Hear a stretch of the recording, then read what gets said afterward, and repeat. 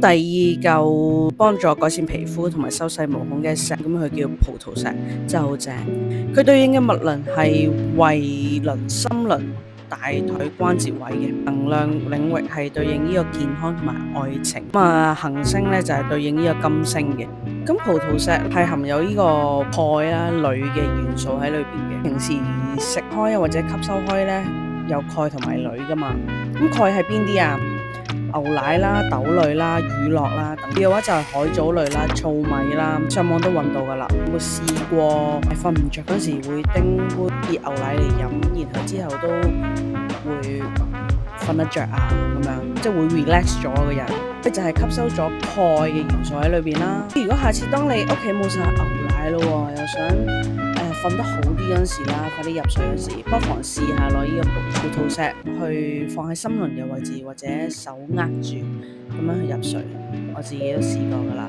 而佢嘅外表咧就係透明嘅綠色啦，好似湖水綠咁樣嘅，俾人感覺係平靜啦，好當下。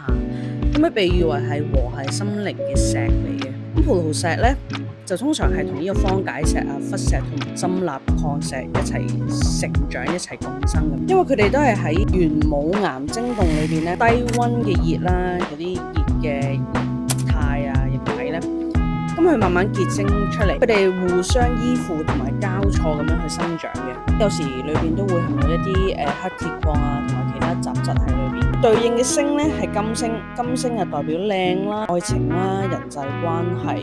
如果當你喺情感上啊，或者一啲唔清晰嘅關係上，或者一啲唔再信任嘅關係嘅上邊咧，不妨試下用下呢嚿葡萄石，轉化一下自己嘅能量。